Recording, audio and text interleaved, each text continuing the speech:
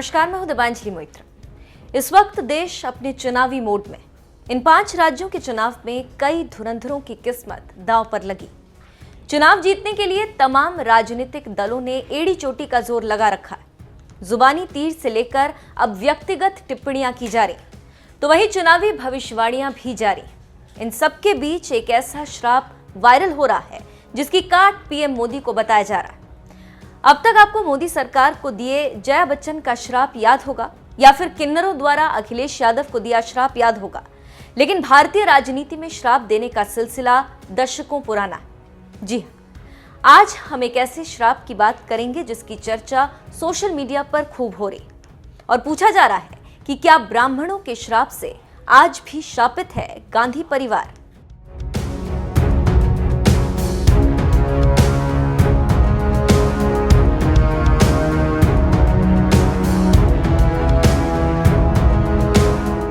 60 के दशक में जब देश के तख्त पर इंदिरा गांधी थी, केंद्र में यूपीए की सरकार थी, तब कुछ ऐसा हुआ जिसकी चर्चा आज भी होती। चलिए आपको फ्लैशबैक में ले चलते हैं। 1965-66 का वो साल था जब नवंबर में ठंड दस्तक दे चुकी थी, लेकिन संसद के बाहर सरगर्मी थी। बड़ी संख्या में साधु और संत गोहत्या बंद कराने के लिए संसद की घेराबंदी किए हुए थे। साधु संत समाज संसद में दाखिल होने की कोशिश कर रहे थे, लेकिन पुलिस अड़ी हुई थी। पहले वाद विवाद हुआ, फिर उसके बाद पुलिस की तरफ से आंसू गैस और लाठी चार्ज किया गया, लेकिन भीड़ संसद में दाखिल होने के लिए आमादा थी, जिसे देखते हुए पुलिस ने फायरिंग की। सरकारी आंकड़े बताते हैं कि इस फायरिंग में 7 लोगों की मौत हो गई और 100 से ज्यादा लोग लहूलुहान हो गए। इस घटना के बाद गृहमंत्री गुलजारी लाल नंदा ने अपने पद से इस्तीफा दे दिया, लेकिन करपात्री महाराज की नजरों में असल कसूरवार इंदिरा गांधी थी।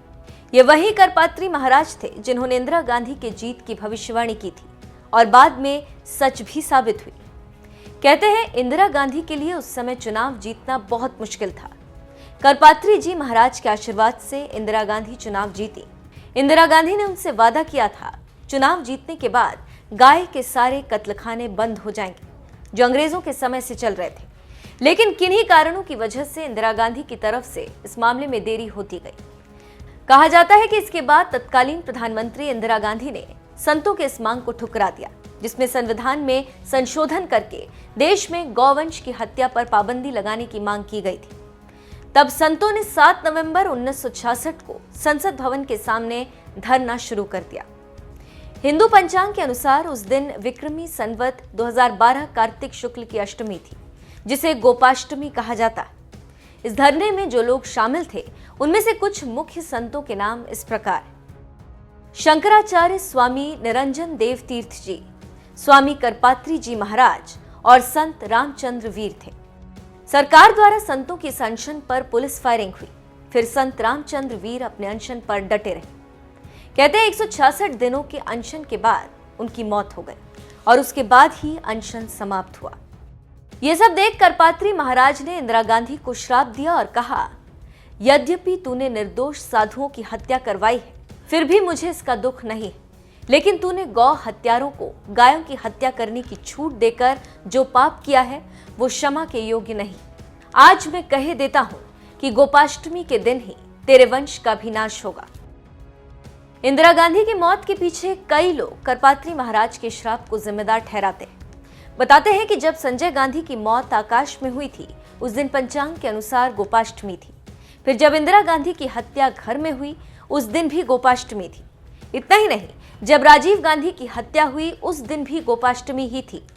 तो गांधी परिवार से जुड़े करपात्री महाराज के श्राप और उससे जुड़े तथ्य आज भी न्यूज में पढ़े जाते हैं, लेकिन इसकी पुष्टि हमारा चैनल नहीं करता। खबरों और सोशल मीडिया पर जो हमने पढ़ा और जाना वो आपको बताया, लेकिन इसमें कोई दो राय नहीं है कि पीएम मोदी ने कांग्रेस मुक्त का जो नारा दिया था वो आज हकीकत में तब्दील होता जा रहा है। कुछ ही राज्यों में आज कांग्रेस की सरकार है। एक दौर था जब देश की सबसे पुरानी राजनीतिक पार्टी का भारतीय राजनीति में दबदबा था, लेकिन आज हालात कुछ और है। अब इसके पीछे करपात्री महाराज का श्राप है या फिर कांग्रेस से जनता को मोहभंग? असल वजह क्या है ये आप खुद बताइएगा।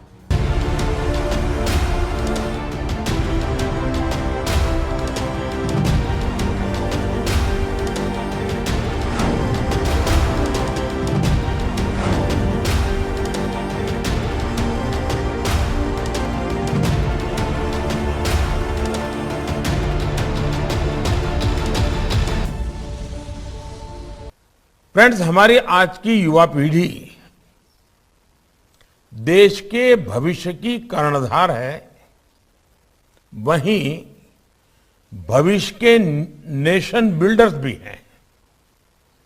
इसलिए आज की युवा पीढ़ी को एम्पावरिंग करने का मतलब है भारत के भविष्य को एम्पावर करना। इसी सोच के साथ 2022 के बजट में एजुकेशन सेक्टर से जुड़ी 5 बातों पर बहुत जोर दिया गया है। पहला, यूनिवर्सलाइजेशन ऑफ क्वालिटी एजुकेशन।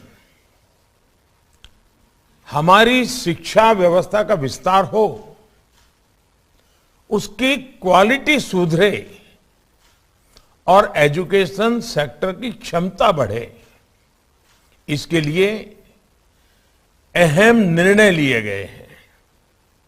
दूसरा है स्किल डेवलपमेंट। देश में डिजिटल स्किलिंग इकोसिस्टम बने, इंडस्ट्री 4.0 की जब चर्चा चल रही है तो इंडस्ट्री की डिमांड के हिसाब से स्किल डेवलपमेंट हो, इंडस्ट्री लिंकेज बेहतर हो, इस पर ध्यान दिया गया है। तीसरा महत्वपूर्ण पक्ष है अर्बन प्लानिंग और डिजाइन। इसमें भारत का जो पुरातन अनुभव और ज्ञान है उसे हमारी आज की शिक्षा में समाहित किया जाना आवश्यक है। चौथा अहम पक्ष है इंटरनेशनलाइजेशन। भारत में वर्ल्ड क्लास विदेशी यूनिवर्सिटियां आए, जो हमारे औद्योगिक क्षेत्र हैं, जैसे गिफ्ट सिटी है, वहां फिनटेक से जुड़े संस्थान आए, इसे भी प्रोत्साहित किया जाए। पांचवा महत्वपूर्ण पक्ष है एवीजीसी, यानी animation, visual effects, gaming, comic. इन सभी में रोजगार की अपार संभावनाएं हैं। एक बहुत बड़ा ग्लोबल मार्केट है। इसे पूरा करने के लिए हम भारतीय टैलेंट का कैसे इस्तेमाल बढ़ाएं, इस पर भी उतना ही ध्यान दिया गया है।